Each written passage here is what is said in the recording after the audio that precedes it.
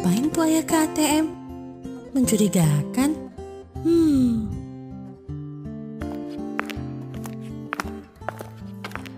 Aduh, kok belum masuk ya uang transferannya? Jangan-jangan belum keluar lagi. Lagi ngapain ya? Tadi ngapain ke ATM? Bunda, enggak. Tadi lihat saldo ATM. Mau lihat transferan uang 600.000 dari pemerintah. Kok belum masuk ya? Oh itu 600.000 bantuan dari BPJS Tenaga Kerja kan? Itu sih Bunda udah tahu infonya. Info apa, Bun? Tahu dari mana? Iya, itu ada persyaratannya. Dan juga mudah kok kalau cuma mau lihat saldonya. Bisa dari HP atau dari website BPJS-nya.